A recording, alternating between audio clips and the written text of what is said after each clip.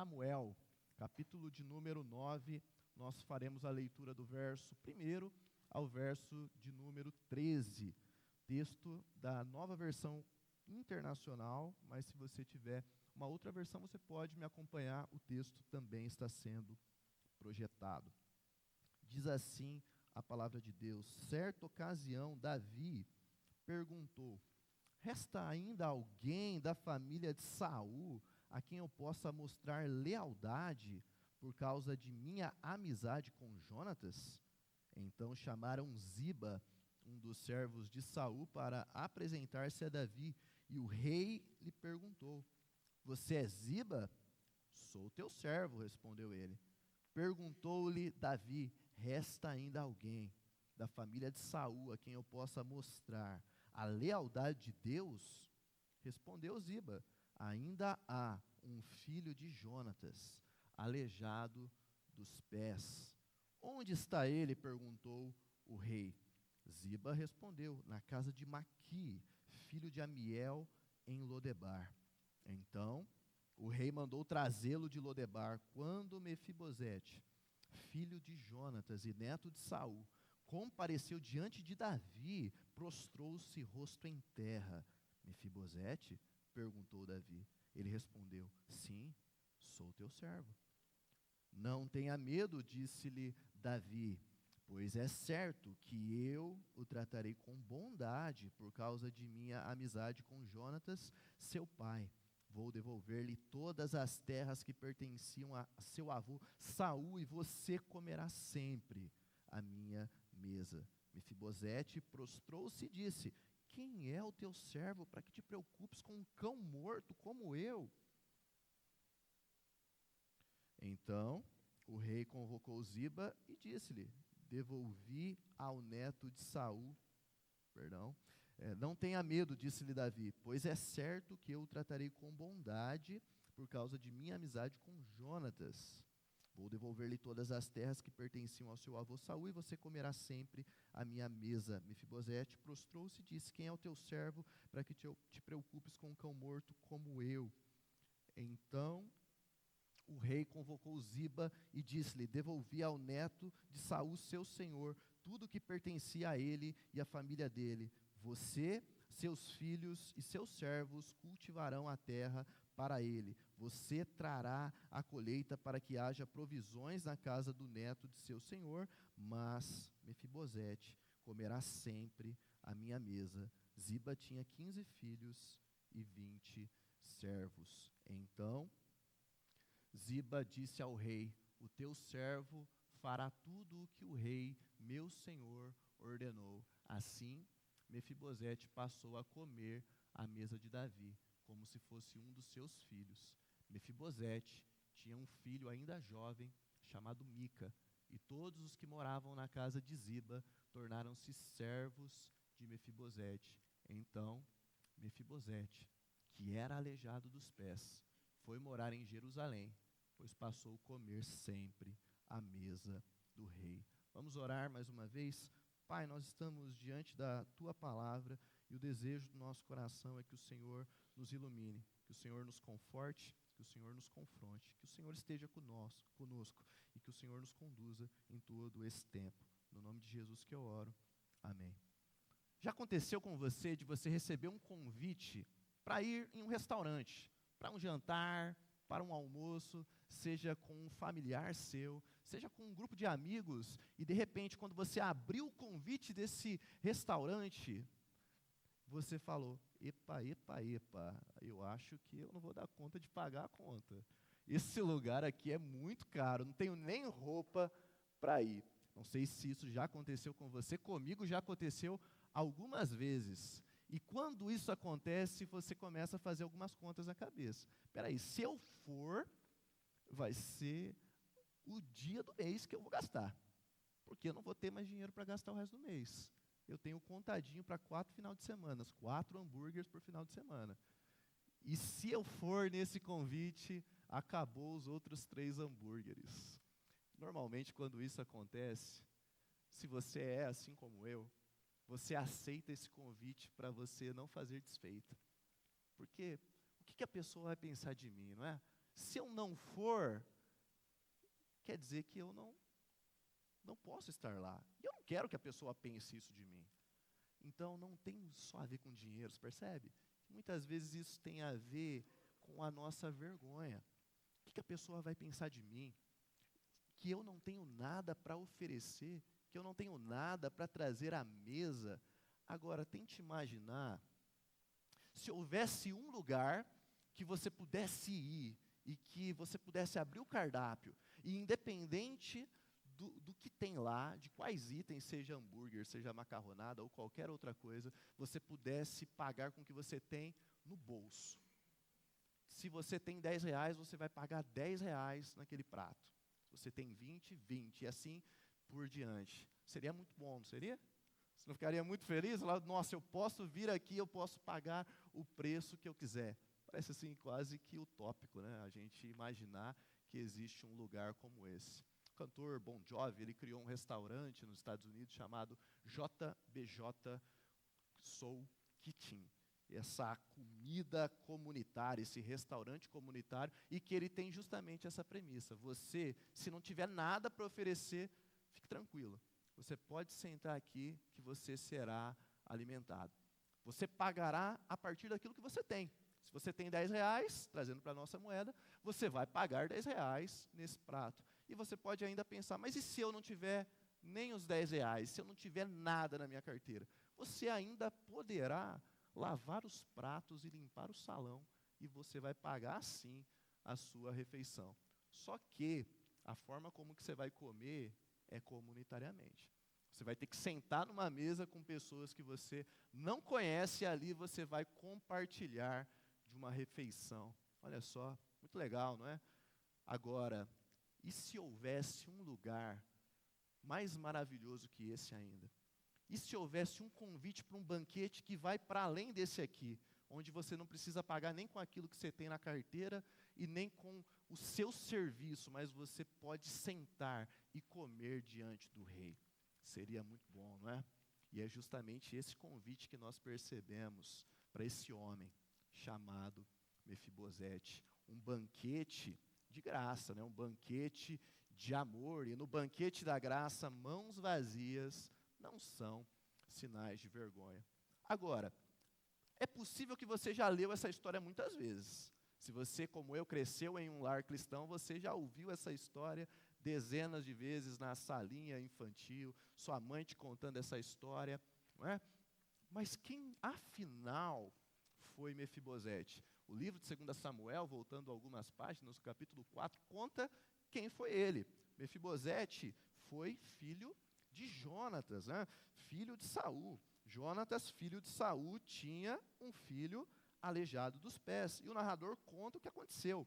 Ele tinha 5 anos de idade quando chegou a notícia de Jezreel de que Saul e Jonatas haviam morrido. Sua ama o apanhou e fugiu, mas na pressa o deixou cair e ele ficou manco. Seu nome era Mefibosete. Diante desse acidente, dessa tragédia, algumas coisas Mefibosete passou a enfrentar. A primeira foi que ele se tornou uma pessoa incapaz. Afinal, se você conhece alguém que tem algum tipo de deficiência, seja cognitiva ou seja física, você percebe que ele não consegue cumprir tudo. Ele vai cumprir algumas coisas, mas não vai cumprir a totalidade do que se espera dele. Assim era Mefibosete. Ele não podia andar. Portanto, ele tinha que se arrastar, ele tinha que ir de um lado para o outro se arrastando. E aqui aponta a segunda condição dele, que é, ele se torna uma pessoa dependente. Precisa de outras pessoas, pessoas que o levem para um lugar e para o outro. Se você conhece alguém que tem uma deficiência física das pernas, você vai perceber que você vai ter que levá-lo, seja para o banheiro, seja para algum lugar. Assim estava Mefibosete na história. Alguém dependente de outras pessoas, mas para além, ele se torna alguém distante. O texto bíblico diz que Mefibosete foi para Lodebar. E Lodebar, logo logo a gente vai conversar um pouquinho mais sobre esse lugar. Mas Lodebar foi esse lugar onde Mefibosete talvez ficou escondido. Talvez ficou ali para não morrer, afinal, toda a família de Saul foi destruída. E aqui é onde esse homem se encontra com a gente, se encontra com a nossa história. Porque talvez a gente pense, espera aí, Juliano, mas fisicamente eu não sou incapaz, dependente, nem estou distante de casa. Mas quando a gente fala sobre o problema do pecado, essa história da queda, todos nós fomos afetados em nós, mas também no mundo a gente percebe esse distanciamento e esses efeitos do pecado. Todos nós, portanto, nos tornamos de alguma forma incapazes. Tem coisas na sua vida que você gostaria de fazer e você não consegue? Você tenta, mas você não dá conta de fazer? Tem coisas na sua vida que você percebe que você está dependente, você precisa de outras pessoas, sejam emocionalmente ou em outras áreas. Tem coisas na sua vida que você percebe um grande distanciamento, seja de você para Deus, verticalmente, ou seja de você para as pessoas, horizontalmente. Mefibosete é esse personagem que nos encontra e nos abraça e nós nos vemos nele. Mas olha que interessante, o teólogo Brennan Manning, em seu livro O Evangelho Maltrapilho, ele diz o seguinte: Deus nos encontra nas faltas. Não é quando a gente está bem resolvido, perfeito, que Deus nos encontra na história, mas pelo contrário, é nesse lugar de vergonha, onde nós dizemos, eu não tenho nada para oferecer, que Deus, ele nos encontra, e ele trabalha no nosso coração. O primeiro versículo desse texto que nós lemos diz, resta ainda alguém da família de Saul a quem eu possa mostrar lealdade por causa da minha amizade com Jonatas. E a palavra aqui utilizada, lealdade, remete ao amor pactual, a esse amor da aliança, a esse amor que nós não damos conta de ter somente assim, de conseguir compreender, mas é um amor, é uma aliança que Deus está assumindo, as duas partes, olhando para a gente, mesmo que você não tenha nada para oferecer, mesmo que você não dê conta por conta da sua história, eu assumo a sua parte. É essa lealdade aqui que Davi está falando. É como se Davi dissesse, existe alguém ainda que precisa conhecer o amor da aliança de Deus, o amor pactual de Deus, e como esse amor, ele é extravagante, ele estende a qualquer pessoa. E diante disso é como nós, que nos vemos como pessoas que não temos nada a oferecer, podemos ser acolhidos por esse amor de Jesus. Como que a gente consegue perceber isso na nossa vida? E é isso que eu quero responder com vocês, sobre como Deus acolhe os que nada têm a oferecer. Eu quero propor 3 respostas. A primeira, Deus acolhe os que nada têm a oferecer, levantando um resgatador. Os primeiros versos diz, respondeu Ziba, ainda há um filho de Jonatas aleijado dos pés. Veja que Ziba aqui não quer nem pronunciar o nome dele. Ó, tem um cara que está lá, sofreu, ficou aleijado, mas está distante, está longe daqui. Ele nem pronuncia o nome desse homem.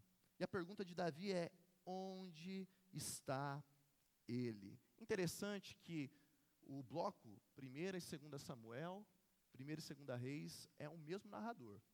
É um bloco só. É como se fosse o mesmo livro.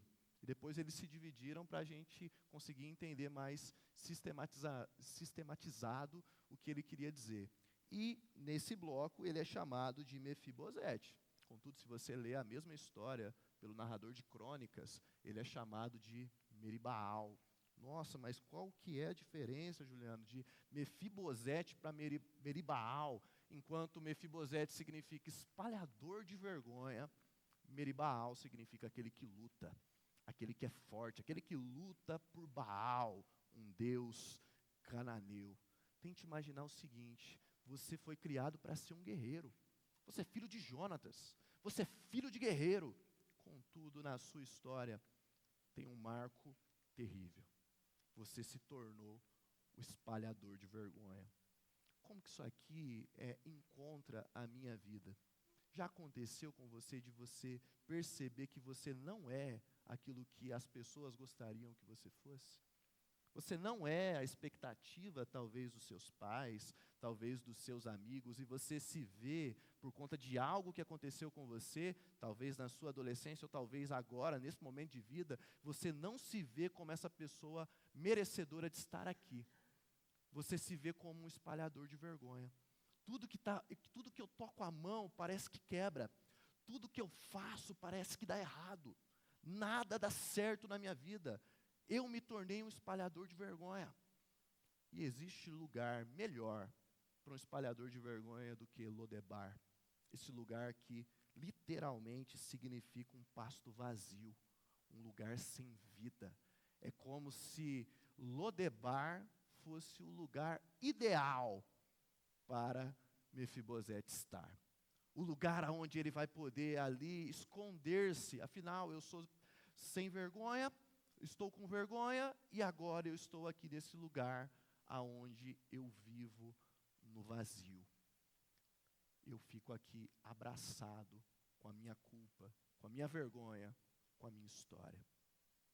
Talvez nós não tenhamos um lugar chamado Lodebar, mas todos nós temos um pasto vazio aonde nós nos escondemos com vergonha. Aonde a gente fala, já que nada deu certo, é aqui que eu ficarei. Só que, perceba que o resgatador, ele começa a aparecer na história de Mefibosete em Lodebar.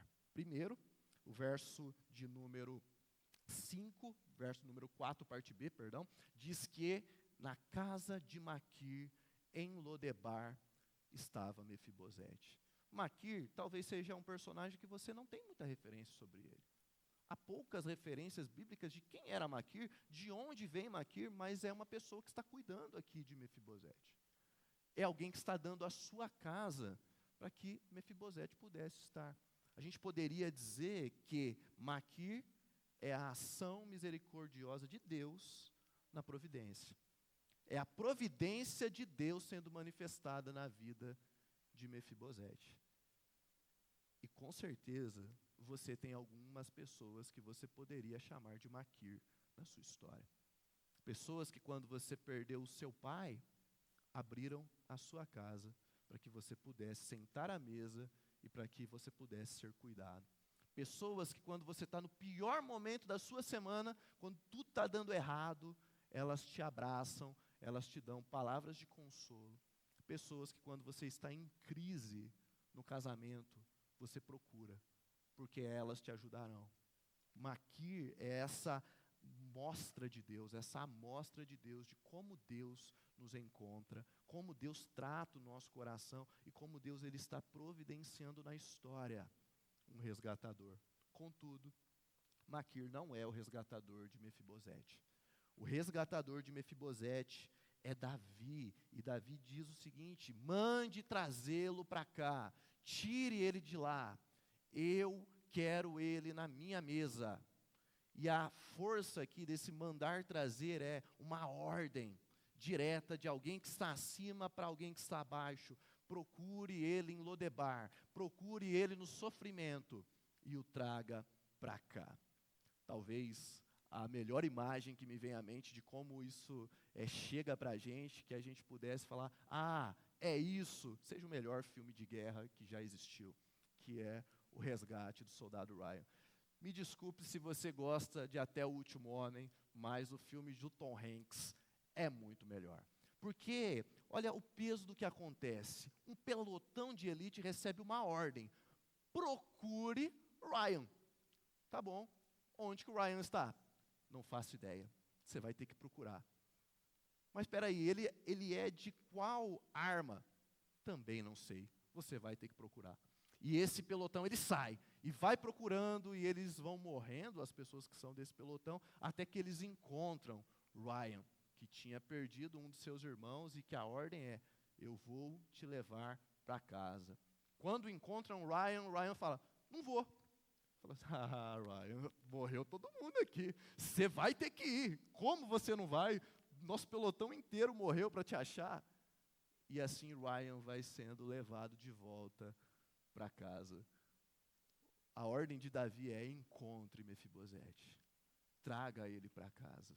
Na história, a gente teve uma ordem, de cima para baixo, de Deus colocando o seu próprio filho para nos encontrar em um pasto vazio, sem vida, para nos levar para casa.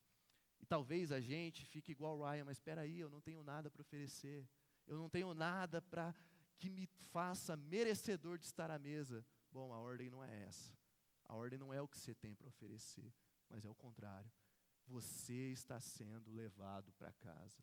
Deus acolhe todos nós que nada temos a oferecer assim, levantando um resgatador que vai ao nosso encontro e nos leva para casa. Mas em segundo lugar, como Deus acolhe os que nada têm a oferecer? Mostrando bondade. A partir do verso de número 6, o texto diz: quando Mefibosete, filho de Jonatas e neto de Saul, compareceu diante de Davi, prostrou-se rosto em terra. Mefibosete? Perguntou Davi. Ele respondeu: sim, sou teu servo. E olha o que diz o verso 7. Não tenha medo, disse-lhe Davi, pois é certo que eu o tratarei com bondade. A mesma palavra que apareceu lá atrás como lealdade, agora aparece como a bondade. Porque esse amor pactual, ele não apenas é Deus assumindo as duas partes da aliança, mas ele estendendo para onde vai essa aliança, ou até onde essa aliança consegue chegar. Consegue chegar nos piores lugares da vida. É como se a gente lembrasse do texto do Salmo 139, quando nós estivermos lá embaixo, Deus está lá conosco.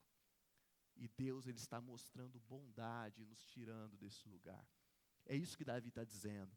Eu mostrarei bondade por causa da aliança que eu fiz com Jonatas. É por causa disso que você vai ver a bondade de Deus sendo manifesta. Mas Mefibosete, talvez ele ficou igual todos nós ficamos diante da bondade de Deus, se questionando: será que eu sou merecedor desse lugar? E olha as atitudes daquele que não tem nada a oferecer. O texto diz que Mefibosete prostrou-se e disse: quem é teu servo para que te preocupes com um cão morto como eu? Não somente essa baixa autoestima da identidade de Mefibosete como um mendigo, mas também a linguagem depreciativa que acaba consigo mesmo. Já aconteceu com você? De você se ver como o pior dos pecadores? De você se ver como imerecedor de Jesus mostrar misericórdia por você? Já aconteceu de você falar sobre si coisas terríveis? Como se você dissesse: espera aí, Deus, você não me conhece. Você não sabe o que eu fiz na história, você não sabe o que eu fiz na adolescência. Você não sabe o que eu fiz na semana. Você não sabe quantas pessoas foram machucadas por causa da minha postura. E de repente você se encontra com Deus na história, que olha nos seus olhos e diz: mas espera aí, esse não é um assunto. O assunto é a minha bondade. Eu não me envergonho da sua história. Eu não me envergonho de você não ter nada a oferecer. E a resposta do rei é: vou devolver-lhe todas as terras que pertenciam a seu avô Saul, e você comerá sempre a minha mesa. Sempre que a gente vê em narrativas do Antigo Testamento terra e alimento, a ideia é provisão. As duas coisas é como se fossem dois lados da mesma moeda para a gente perceber a provisão de Deus. Vocês podem se lembrar de uma série que o pastor Laci fez aqui no ano passado sobre o livro de Ruth. Esse é um livro muito importante para você perceber lugar e alimento. Eles estavam em Belém, casa do pão, faltou pão. E eles saem como peregrinos e vão para Moabe. Em Moabe, saindo do local de provisão e indo para um outro local, eles morrem. É como se o narrador ele estivesse dizendo: aqui tinha vida, e eles não estavam vendo circunstancialmente a provisão. Aqui eles tinham o alimento circunstancial, mas não tinha vida. Só que olha como que a história de Ruth muda. Quando eles saem do local, Moabe, e eles voltam para Belém, a história começa a mudar. E quando eles chegam, o narrador de Ruth diz, eles chegaram no início da colheita. As duas coisas andando juntos. Alimento, local. Porque o local, na mente do Antigo Testamento, simbolizava a presença de Deus. O lugar do cuidado. Deus estava preparando um lugar onde eles seriam providos. E é isso que o narrador aqui está dizendo. Eu vou devolver o local e vou trazer você para a mesa, alimento, para que você perceba o cuidado de Deus. Como isso aqui abraça você e eu aqui nessa manhã. Deus está nos convidando a perceber que Ele está providenciando um lugar onde a sua bondade será manifesta. Uma mesa onde a gente vai perceber a presença de Deus. Sabe qual que é o problema? O problema é que todos nós aqui, por vezes, estamos como Mefibosete. Quem sou eu para merecer isso aqui? O pastor Paulo Borges Júnior, ele traz uma imagem que eu acho muito assim especial, que ele fala que ele adotou uma criança. E essa criança, ela estava em situação de rua. E na primeira noite dessa criança, na sua casa, ele foi ver se ela estava dormindo na cama. Ele colocou uma cama toda bonita, perfume no travesseiro, um bombom no travesseiro. E quando ele chegou no quarto e abriu a porta, a criança estava dormindo no chão. Porque aquela pessoa que cresceu a vida inteira se vendo como imerecedor, jamais consegue perceber a bondade de alguém sendo manifestada por ela. Não parece muito como a gente reage com Deus? Mesmo a gente ouvindo semanalmente da bondade de Deus, a gente ainda se vê como um mendigo imerecedor. E é por isso que a gente precisa ouvir as palavras não apenas do rei Davi aqui, mas do rei do universo nos dizendo, há um lugar para você se assentar. Você comerá sempre a minha mesa. E é justamente essa a terceira forma de como Deus acolhe os que nada têm a oferecer, conduzindo-nos para a mesa. E olha como que o texto mostra isso, verso 13, o narrador está repetindo as palavras de Davi, por 2 vezes ele diz a mesma coisa, mas aqui ele coloca algo a mais, fala, Mefibosete, que era aleijado dos pés, ele não deixou de ser aleijado, ele não deixou as suas condições por conta do pecado, do efeito do pecado no mundo, mas ele passou a comer sempre à mesa. E a grande ideia aqui é que havia um processo contínuo. Mefibosete hoje estava à mesa, Mefibosete amanhã estava à mesa, e Mefibosete, enquanto tivesse vida, estaria à mesa. É uma devolução da dignidade. E aqui a grande ideia sobre morar e comer é habitar. Você tem uma casa. Agora você tem uma casa que você pode chamar de sua. Se algo aconteceu com você que você perdeu esse lugar, agora você tem uma casa. Mas não somente casa, você tem esse lugar de alimento que significa que você tem sempre a presença de Deus com você na história.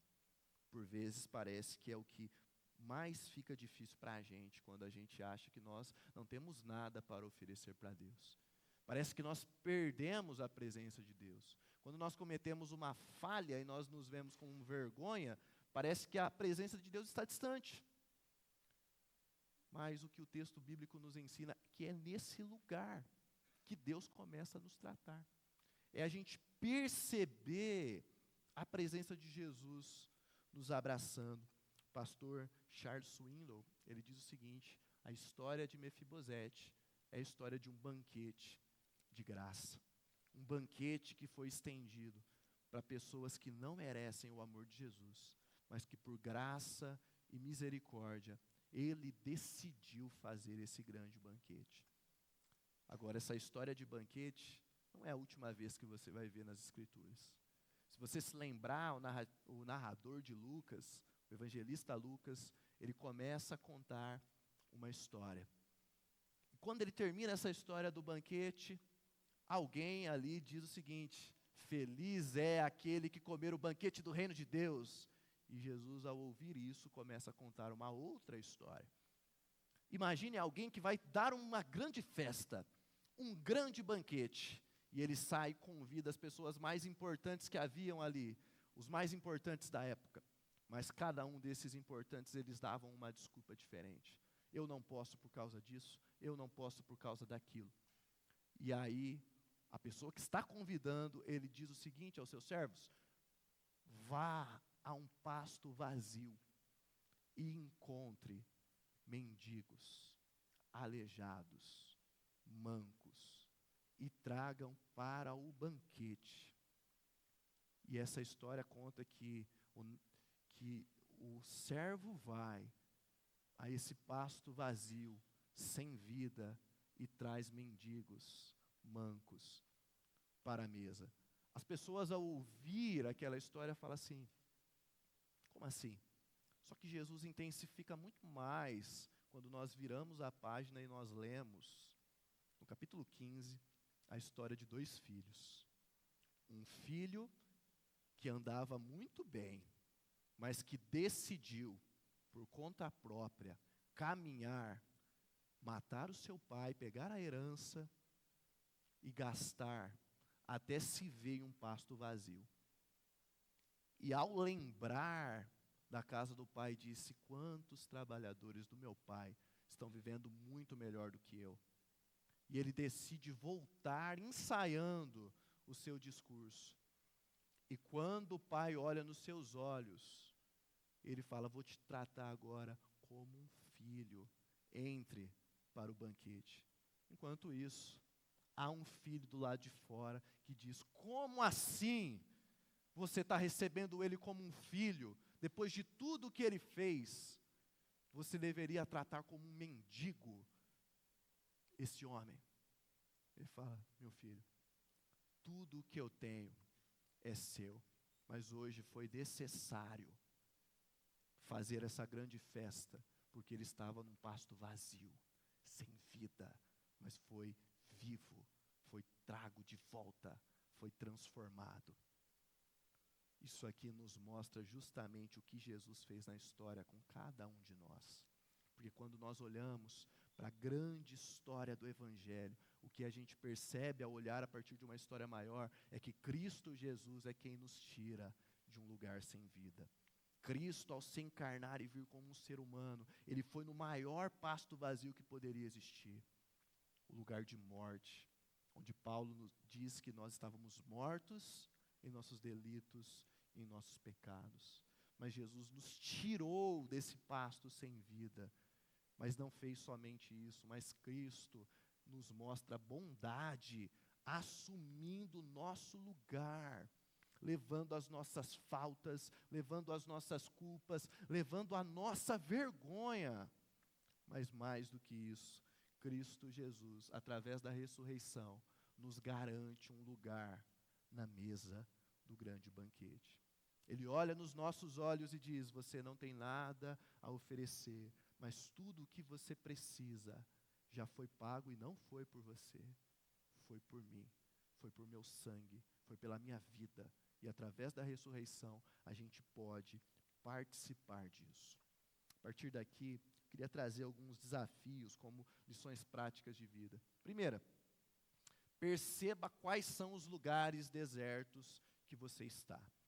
Se na sua história, se na sua vida tem um lugar que tem sido chamado de pasto sem vida, perceba esse lugar, escreva esse lugar. Qual é a sua vergonha? Por que você está lá? Mas não só perceber este lugar de culpa, de vergonha, agradeça que Jesus te trouxe para a mesa. Esse lugar não é a sua realidade. Esse lugar pode ser circunstancial e temporário, mas você precisa ter a lembrança do que Cristo fez na história. E isso tem que te levar a agradecer, porque Ele morreu no seu lugar, se entregou, e você agora tem vida, e uma vida totalmente diferente. Por fim, compartilhe de uma refeição com alguém que não pode te oferecer nada. Isso aqui vai se tornar um pouco mais prático e missional. Eu quero trazer isso aqui para 3 instâncias. Primeira, sua casa. Paga um bom almoço, um bom jantar para sua esposa, para sua filha, sabe? Leva assim num lugar legal e nesse lugar expõe o seu coração. Expõe essa narrativa do Evangelho. Mostra como que Deus te colocou num lugar assim abençoado, que é a mesa de Jesus. Sem esperar nada em troca. Sem esperar um presente.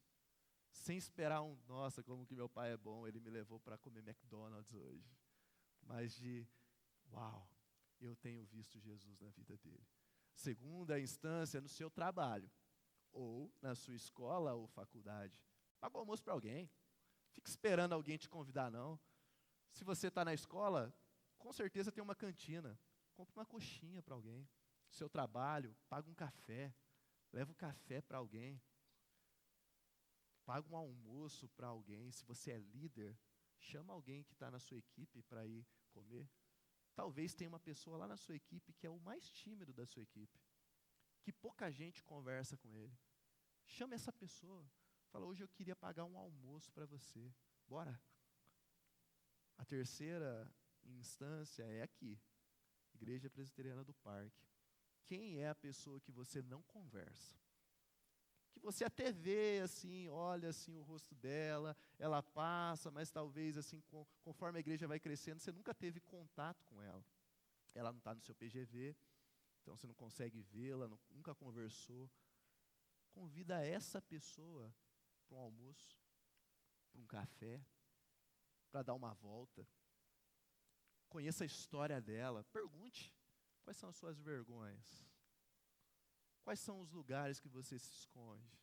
Como você tem visto a bondade de Jesus na sua vida, na sua história? E a partir disso, que essas refeições elas se tornem práticas, missionais da nossa vida. E que em todos os lugares a gente possa perceber, nós não temos nada para oferecer, mas algo foi oferecido por nós, que é muito maior do que a gente. E nós só podemos responder a isso porque o Espírito habita em nós e nos possibilita a responder de forma adequada. Feche seus olhos, queria orar com você nessa manhã. Nesse momento, com os olhos fechados, pense em 2 grandes realidades. Talvez você chegou aqui todo envergonhado. Talvez você não vive de uma realidade de uma igreja cristã, evangélica, e você deu mais uma oportunidade de conhecer uma igreja. E talvez você se vê aqui nesse lugar como esse homem, totalmente em vergonha. Saiba que Jesus está aqui. E Jesus quer conversar com você. Por isso, se você é essa pessoa, coloque diante de Jesus as suas vergonhas, as suas desculpas, a sua história. Mas se você está aqui há um tempo já, caminhando com essa comunidade de fé, caminhando com Jesus, mas a sua vida se tornou esse pasto sem vida, esse pasto onde parece que não há mais paixão, parece que a presença de Jesus não te toca mais, parece que essa mesa já não tem mais significado nenhum. Esse é um momento de você também levar diante de Deus o seu coração, levar diante de Deus as suas faltas e confessar silenciosamente, dizendo: Pai, mais uma vez eu quero olhar nos seus olhos, mais uma vez eu quero ter amor pelaquilo que eu tinha, me renove. Sabe qual é a resposta de Jesus para cada um de nós? Aqui está meu pão, aqui está meu sangue, para perdão dos seus pecados. Sempre haverá lugar na mesa para um filho.